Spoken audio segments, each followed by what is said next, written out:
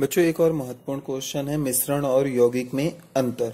ये भी एग्जाम में बहुत आता है, विशेषकर 9th क्लास में ये बहुत पूछा जाता है और बड़ी क्लासों में केमिस्ट्री के लिए मिश्रण और यौगिक को जानना भी जरूरी है और इसमें अंतर क्या है। तो मिश्रण, पहला अंतर है बच्चों, तत्व या यौगिक केवल मिश्रण बनाने के लिए ही मिलते हैं। तत्व हो गए, जैसे कि अभी आपको मैंने तत्व के बारे में बताया। यौगिक ये आपस में मिलकर केवल एक मिश्रण बनाते हैं, इसमें कोई नया पदार्थ नहीं बनता है।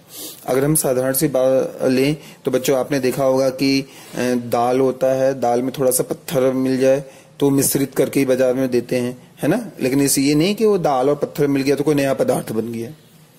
यौगिक एक पदार्थ क्रिया करके नए पदार्थ का निर्माण करते हैं। यौगिक में क्या होता है, पदार्थ क्रिया करके नए यौगिकों का निर्माण करते हैं। ठीक है। अब आता है बच्चों दूसरा पॉइंट, मिश्रण प्राय विषमांगी होते हैं, यौगिक समांग होते हैं क्योंकि इसमें समांग मात्रा मिली होती है। थर्ड, मिश्रण में उपस्थित घटक अपने गुण धर्म को दर्शाते हैं।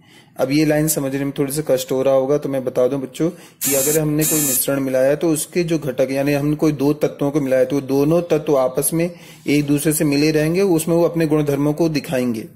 जैसे कि मैंने एक सिंपल सा उदाहरण बताया कि चावल में अगर हम पत्थर डाल दें तो पत्थर एक अलग स्पष्ट रूप से दिखेगा और चावल अलग दिखेगा।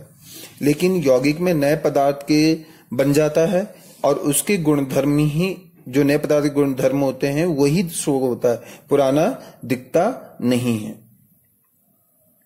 हाँ, अब इसको समझने के लिए हम ऐसे कह सकते हैं बच्चों की क्या कहते हैं, आप नीचे एक उदाहरण दूंगा मैं, आप उससे समझ जाइएगा। चौथा, घटकों को भौतिक विधियों द्वारा आसानी से अलग किया जा सकता है। मिश्रण में जो घटक होते हैं, जो दो घटक मिलाए जाते हैं या तीन घटक या चार घटक, जितने भी घटक मिलाए जाते हैं उससे हम भौतिक विधियों से, किससे, भौतिक विधियों से आसानी से अलग कर सकते हैं। लेकिन यौगिक में हम भौतिक विधियों का उपयोग नहीं कर पाते हैं, हम रासायनिक विधि द्वारा उसको अलग कर सकते हैं। उदाहरण के लिए बच्चों सिंपल सा उदाहरण वो बताया था, लेकिन अगर हम विज्ञान की भाषा में कहते, देखे लोहा आपने देखा ही होगा, गंधक भी देखा ही होगा आपने, गंधक दिवाली में आपने देखा होगा, गंधक पोटास मिला के फोड़ते हैं तो वो गंधक, लोहा और गंधक का मिश्रण। तो आप लोहा और गंधक का मिश्रण से कोई नया यौगिक तो बनता नहीं है बच्चों, उसमें आपको दिख जाएगा कि ये लोहा है और ये गंधक है ना। तो इस प्रकार का जो मिश्रण मिक्स होता है उसे मिश्रण कहते हैं।